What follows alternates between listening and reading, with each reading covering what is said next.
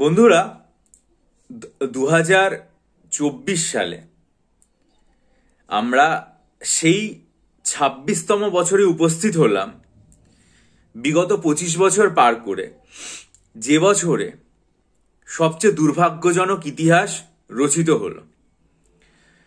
বিগত 25 বছর কেন বললাম?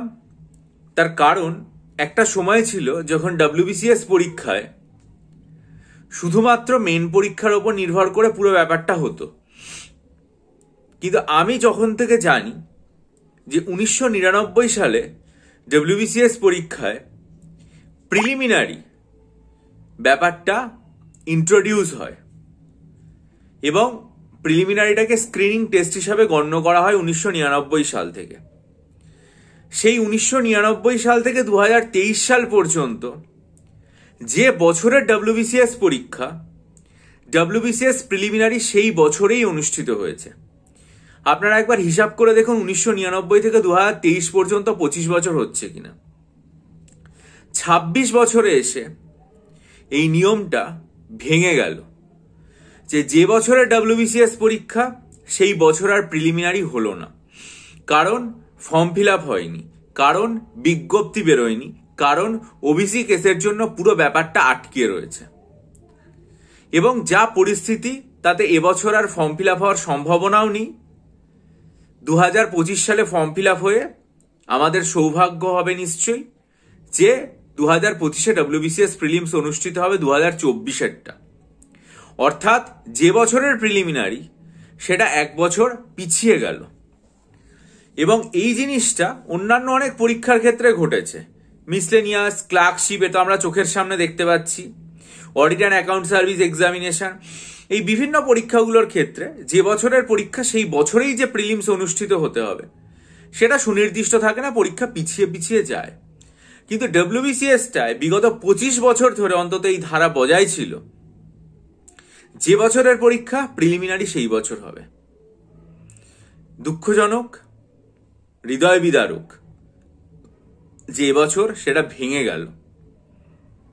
আপনারা সবাই জানেন জুন মাসে পাবলিক সার্ভিস কমিশন বিজ্ঞপ্তি দিয়ে জানিয়েছিল 2024-এর টেন্টেটিভ WBCS হওয়ার ডেট 15ই ডিসেম্বর, যে ডেট আমরা পেরিয়ে এসেছি। কিন্তু খুব স্বাভাবিকভাবেই পরীক্ষাটা হয়নি। এটা যদি একটা অন্ধকার হয়, ক্ষীণ আলোর শিখা এটুকুই যে হ্যাঁ, অন্তত WBCS এর ইন্ডিকেটিভ অ্যাডভার্টাইজমেন্টটা বেরিয়েছে, মানে আমরা 2024-এ WBCS পরীক্ষার মধ্যে ঢুকে পড়েছি, প্রবেশ করেছি। কবে তার প্রথম দরজা, দ্বিতীয় দরজা, তৃতীয় দরজা পার করে শেষ পর্যন্ত চাকরিটার সিংহাসনে গিয়ে বসতে পারবো, সেটা আমরা এখনো পর্যন্ত স্পষ্টভাবে বুঝতে পারছি না। তাই খারাপ লাগবে, দুঃখ হবে যে এরকম একটা ব্যাপার আমাদের সাথে ঘটে গেল।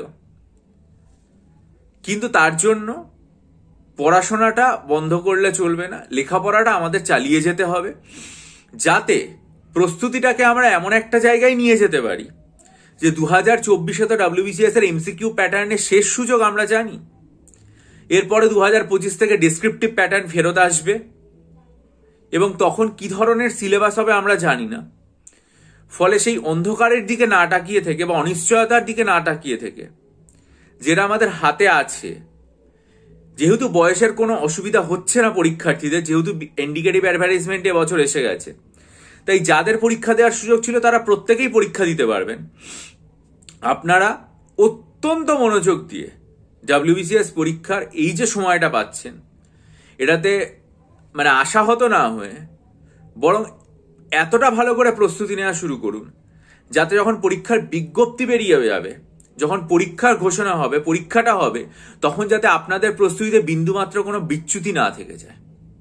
এটার জন্য যদি মনে করেন WBCS এর মক টেস্ট আমার কাছ থেকে নেবেন, কারণ 24টা ফুল লেন্থ 200 নম্বর এবং 24খানা সাবজেক্ট ওয়াইজ 100 নম্বরের মক টেস্ট আছে, তাহলে 21শে নভেম্বর আমার চ্যানেলে যে কমিউনিটি পোস্ট আছে সেখানে যাবেন এবং সেখানে যে ভিডিও লিঙ্কগুলো দেওয়া আছে, 2টো লিঙ্ক আছে, সেটা খুব মনোযোগ দিয়ে দেখবেন, কারণ সেখানে মক টেস্ট সম্পর্কে বিস্তারিত আলোচনা আছে।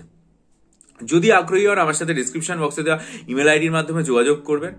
এবং ক্লার্কশিপ ও মিসলেনিয়াসের জন্য ডেসক্রিপটিভ বাংলা, ইংরেজি ও কারেন্ট অ্যাফেয়ার্সের রাইটিং নিতে চাইলে 4 ডিসেম্বরের ভিডিও খুব মনোযোগ দিয়ে দেখে আমার সাথে ইমেলের মাধ্যমে যোগাযোগ করুন।